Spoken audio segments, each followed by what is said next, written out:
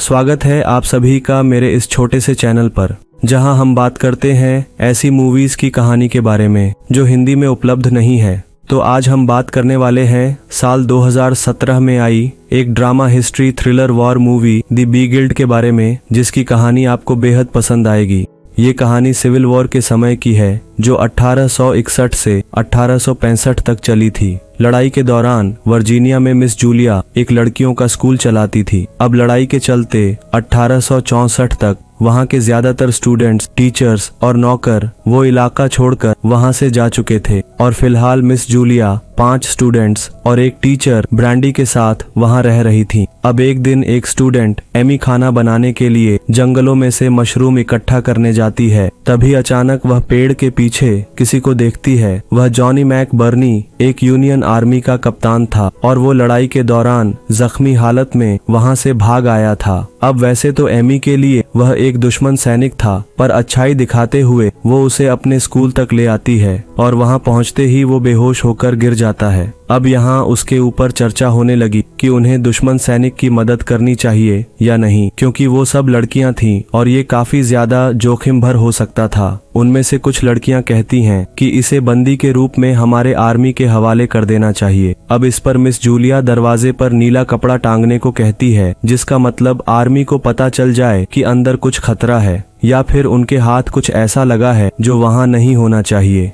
इससे यह होता कि आर्मी वाले उसे वहाँ से अरेस्ट करके ले जाते और फिर जैसा चाहे वैसा सलूक करते। मगर मिस जूलिया कहती है कि हमें हमारा क्रिश्चियन धर्म निभाना चाहिए और एक जख्मी की मदद करनी चाहिए। और काफी सोच विचार करने के बाद ही मिस जूलिया उसकी मदद करने का फैसला करती है। जॉनी को उठाकर अंदर ले जाया जाता है, जहां मिस जूलिया उसकी जख्मी टांग पर टांके लगाकर मरहम पट्टी करती है। फिर उसे एक रूम में लॉक कर दिया जाता है, जिसके बाद सभी एक दूसरे से ये वादा करते हैं कि पहले इसकी मदद करेंगे और फिर सोचेंगे इसके साथ क्या करना है। अब क्योंकि जॉनी एक हट्टा कट्टा नौजवान था, तो उन सभी लड़कियों में वो आकर्षण का केंद्र बन जाता है। अब हर लड़की उसके पास जाना चाहती थी और उसे देखना चाहती थी, पर मिस जूलिया बड़ी सख्ती से किसी को भी उसके पास जाने से मना करती है।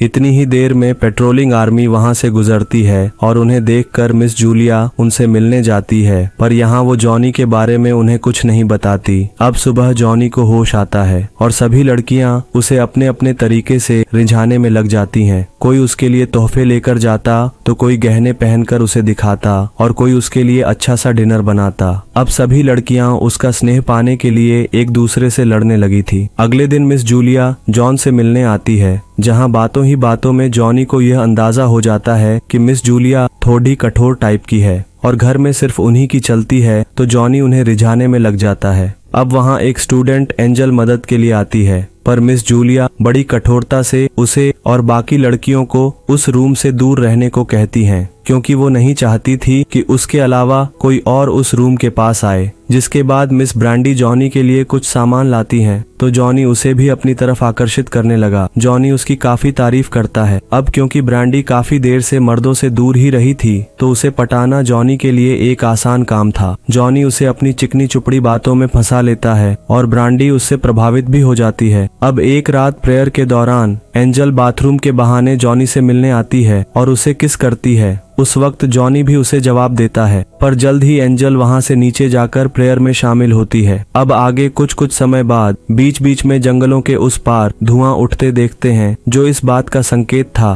कि युद्ध अभी भी शुरू है। अब डिनर के दौरान सभी लड़कियां यह फैसला करती हैं कि वह जॉनी के लिए कुछ मनोरंजक करेंगी ताकि उसे कुछ अच्छा महसूस हो सके। सभी जॉनी के रूम में जाते हैं, जहां जेन म्यूजिक बजाती है और बाकी लड़कियां गाना गाती हैं। तभी एकाएक दरवाजे पर दस्तक होती है और सभी डर जाते हैं। मिस जूलिया देखने जाती है तो फिर से वही पेट्रोलिंग सैनिक थे, जो ये सुनिश्चित करने आए थे कि सब कुछ ठीक है या नहीं, और कुछ ही देर बाद वो वहां से चले जाते हैं। जिसके बाद मिस जूलिया अकेले में जॉनी के साथ शराब का आनंद लेती है और दोनों ही कुछ बातें करते हैं। वहां जॉनी को यह समझ में आता है कि मिस जूलिया एक सशक्त महिला है और अगर उसे इस घर में कुछ दिन रहना है तो उसे मिस जूलिया को जल्द ही पटाना होगा। जॉनी बिल्कुल वैसा ही करता है अब जॉनी की तबीयत पहले से ठीक हो चुकी थी और वो वहाँ के कामों में हाथ बटाने लगा। जॉनी को बगीचे का काम करने में मजा भी आने लगा। अब इसका एक और कारण यह भी था कि वो वहाँ से जाना नहीं चाहता, खासकर वो चल रहे युद्ध में वापस नहीं जाना चाहता था। और इस बात का पता हमें तब चलता है जब मिस जूलिया उसे देखने आती है और ये कहती है कि अब तुम ठीक हो तो अगले कुछ दिनों में ही तुम वापस जा सकते हो। पर जॉनी कहता है कि उसके पास जाने के लिए कोई जगह ही नहीं है और अगर हो सके तो वो यहाँ बगीचे में काम कर लेगा। पर मिस जूलिया नहीं मानती और उसे वहाँ से जाने को कहती है। अब जॉनी के सामने सबसे बड़ा सवाल ये था कि वहाँ कैसे रहा जाए। वो मिस ब्रांडी से कहता है कि वह उससे प्यार करता है और उसके बिना वो अपनी जिंदगी नहीं बिता सकता। उसे ये जंग वगैरह अच्छी नहीं लगती,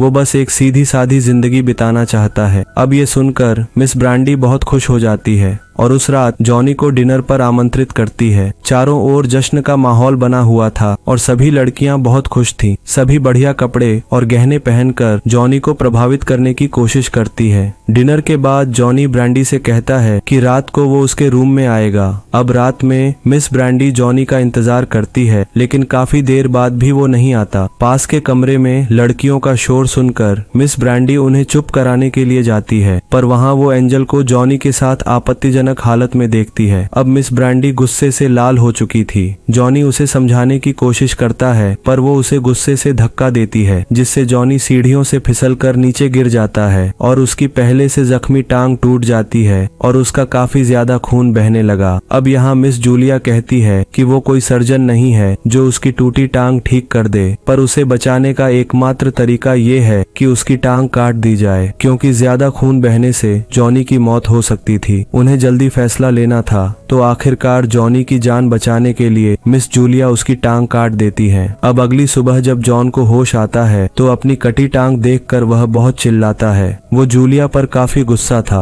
वो सोच रहा था कि जूलिया ने उसकी टांग इसलिए काट दी क्योंकि वह सिर्फ उसके साथ नहीं सोया, वह दर्द से काफी चिल्लाता है, जिससे उसे उसी रूम में लॉक कर दिया जाता है। शांत होने पर एंजल हिम्मत जुटाकर जॉनी का हालचाल पता करने आती है, तो वो एंजल को बुरा भला कह के उसे धमकाता है। एंजल डर जाती है और मिस जूलिया को कहती है कि हमें अपनी सुरक्षा का ध्यान रखते हुए इसे आर्मी के हवाले कर देना चाहिए। अभी वो बातें कर ही रहे थे कि जॉनी वहां आता है और सब पर चिल्लाकर अपनी भड़ास निकालता है। मिस जूलिया एमी को दरवाजे पर नीला कपड़ा बांधने को कहती है ताकि आर्मी को वहां खतरे का एहसास हो जाए, पर जॉनी उसे ये करते हुए देख लेता है और सबको पिस्तौल की नोक पर धमकाकर कहता है कि अगर ऐसी गलती दोबारा हुई तो उन्हें अपनी जान से हाथ धोना पड़ेगा। अब यहाँ मिस ब्रांडी जॉनी का पीछा करती है और उसके साथ इंटीमेट हो जाती है। अब इसी बीच जॉनी सबकी आंखों में खटकने लगा और मिस जूलिया इस परिस्थिति से निपटने के बारे में सोच रही थी।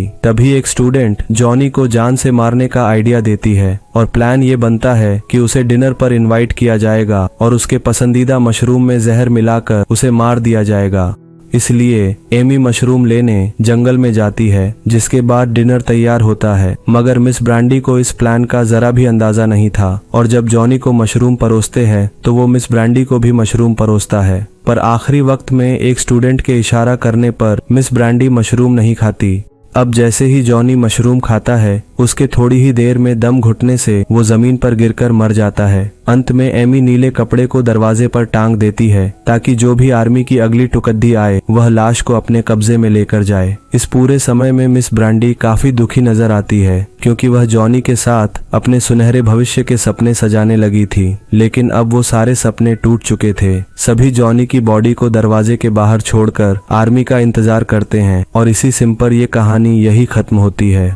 अब आसान शब्दों में बात करें तो बिगिल्ड का मतलब है अपना आकर्षण दिखाते हुए धोखा देना या बेवकूफ बनाना, ठीक वैसा ही जैसा हमें इस मूवी में देखने को मिला। जैसे जॉनी को जब चोट लगी थी तो वह खुद को ऐसे दिखा रहा था जैसे वह एक भोला भाला इंसान हो, लेकिन बाद में वो अपना असली चेहरा दिखाता है और सभी लड़कियों की शराफत का फायदा उठाता है, लेकिन उसके इन हरकतों का अंजाम भी उसे अपनी जान से चुकाना पड़ा। वहीं दूसरी ओर से देखे तो सभी लड़कियां पहले अच्छा क्रिश्चियन होने का फर्ज अदा करती हैं, लेकिन फिर उनके अंदर का शैतान जाग जाता है और वो एक दूसरे की प्रतियोगी बनती हैं, जिसके बाद अपनी वासना की लत के चलते वो एक दूसरे को धोखा तक देती है। तो कहानी थोड़ी भी पसंद आई हो तो वीडियो को लाइक करके चैनल को सब्सक्राइब जरूर कर देना। कहानी में अंत तक बने रहने के लिए आपका धन्यवाद।